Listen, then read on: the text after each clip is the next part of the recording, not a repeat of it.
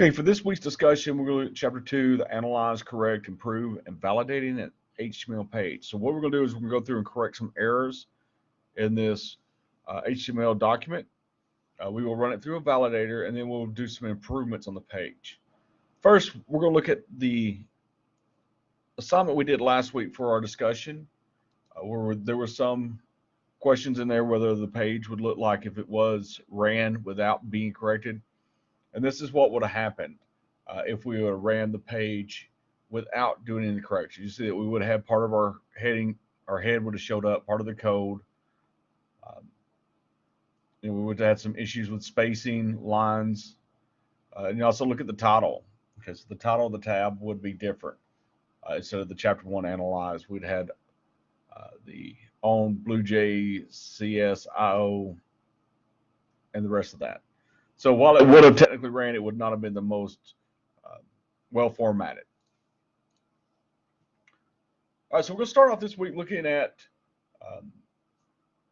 the web page and going through and preparing this, run it through Validator. There are certain things in Validator that will show up. They're really going to look for a lot more syntax. This one will give you some spelling errors. So first thing I'm going to do is I'm going to go ahead and copy this. Now, the first step here is to use the Chapter 2 Analyze for the web page title. So I'm going to go ahead and copy that and put that in the title. And you want to make sure that you pay attention to the colors for this project.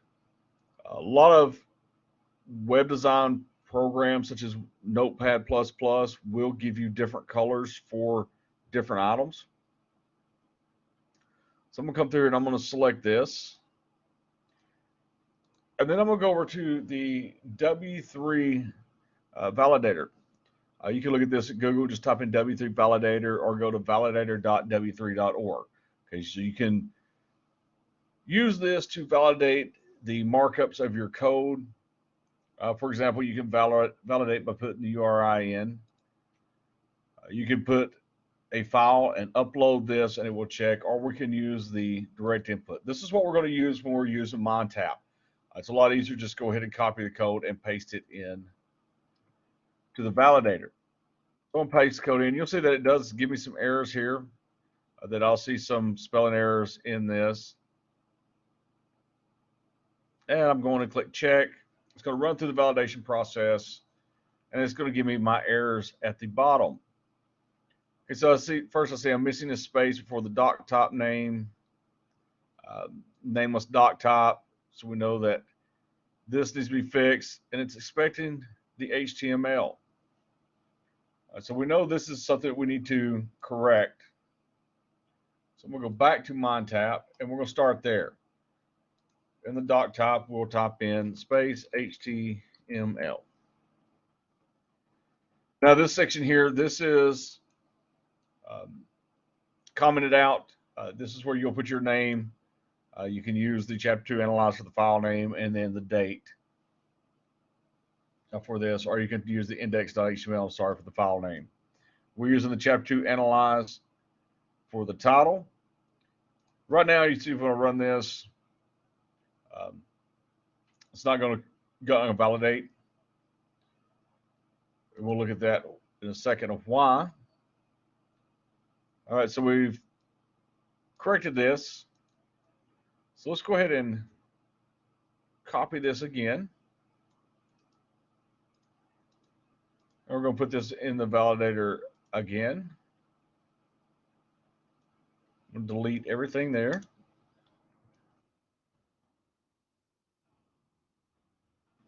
Okay, so we no longer have the doc type error, so now we're starting with a bad value.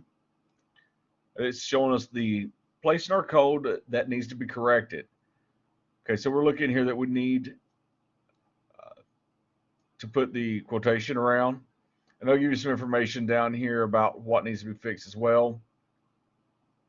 So we have 3 errors left. So right now we see that the head is missing the required instance of a child element in the title. That's because of this other error. So let's go back up to our document and start walking through this. So doc top is correct. This is a commented out section. So we have our HTML tag. We set our language to English. Notice that we did leave out one of the quotations. Let's put this in. And you'll notice that when I put this in, you'll see some changes in the color. How these are no longer becoming values, but now they are accepted as their actual tags. Okay, so let's run this through and test this code. Now you don't have to go back and test this each time you make a change. Okay, you can make the change and then run it back through the validator. I'm doing this more for demonstration purposes of going through and showing you how that when I make some changes that my code is updated. Okay, so we still got an error. Okay, so now we've gotten 4 errors here. We know that the quotations need to go around. For example, in our character set, we'll place those in.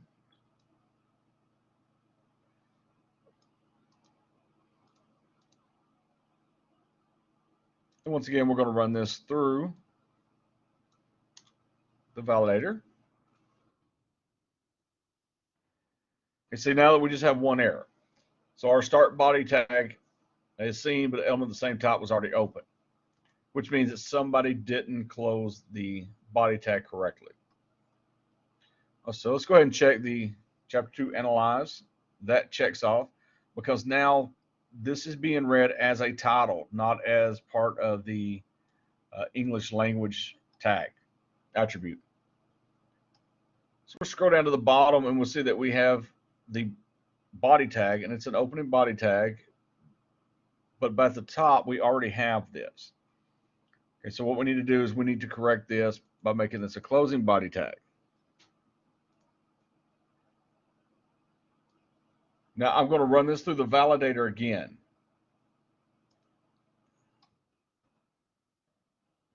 I should receive 0 errors, but this at this point will still not pass the checks in MyTap. So I see no errors or warning in the validator.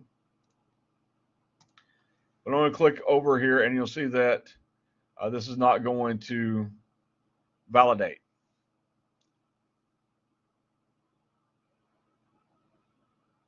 So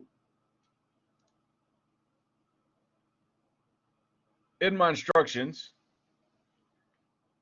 it tells me that errors may include missing syntax, not properly closed elements.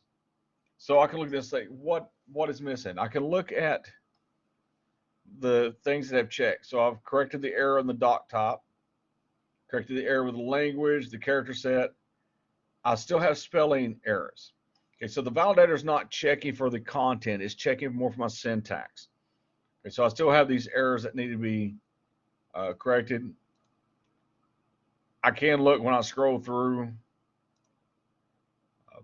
When I input, it does do a spell check here. When I first paste this in,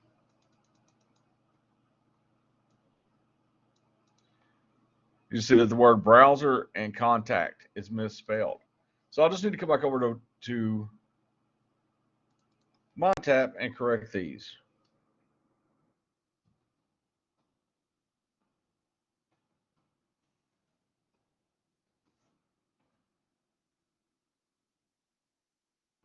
So now I'm going to run this through. And I have now passed this. All right, so that's the correction part of the assignment. I'm now going to move into my task of improving. So first thing is to do is in the header element, change the nested paragraph element to an H1 element. Excuse me. Now you see over in this area here, this is an example of how our page looks. So what we're going to be changing is correcting errors. This text here is going to be changed into a heading 1.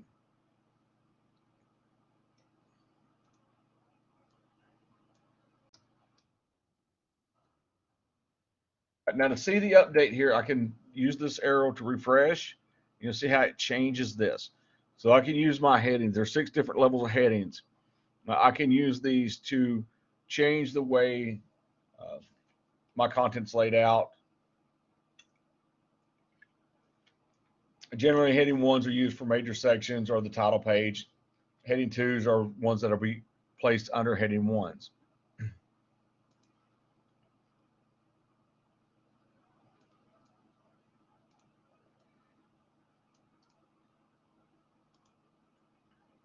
So this passes.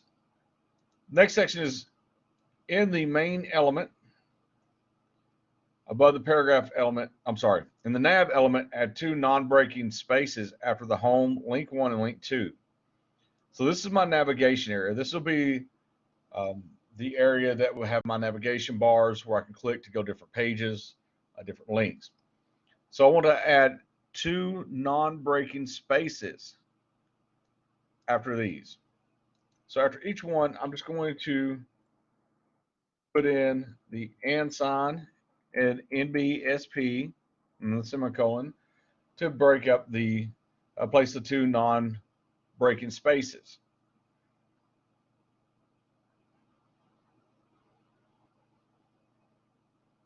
So we'll see how this takes effect in my page. So when I update, so now I've got 2 non-breaks. Now if I just put a break in,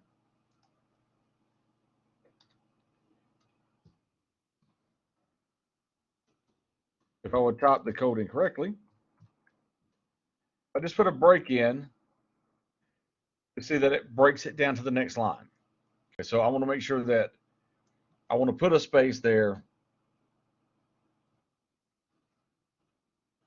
but I want to keep my navigation on the same line. So next I'm going to go into the main element, which is located here. And above the paragraph elements, I'm going to add an H2 element with the text of learning HTML. So in this one, I'm simply going to type my opening tag of H2.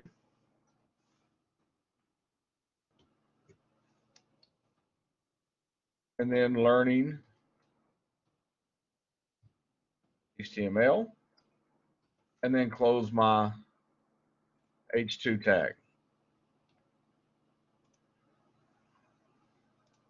You'll see how it changes the text and added the learn HTML. So now I've got this broke down into different sections.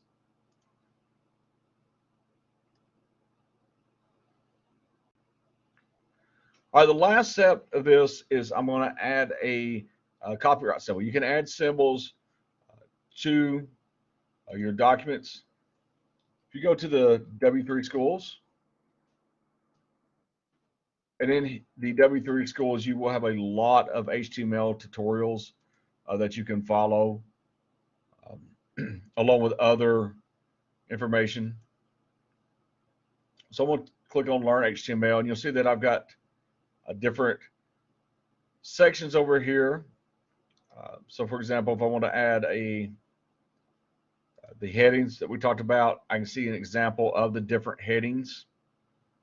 If you want to try these for yourself, you can come in and change the text, click run, and it will change these. As you can see the difference of how a heading 1 would look versus a heading 2, and how they would change based on the code you place over here.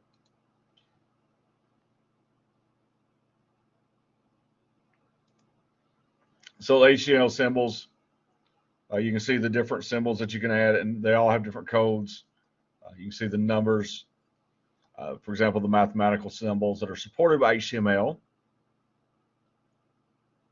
And you got a whole bunch of different options here. So we can just add the copyright sign. So the copyright sign, we can use this number to add this, or we can use this code. Either one is going to place the copyright symbol in. So to place it in, we'll see it appear here.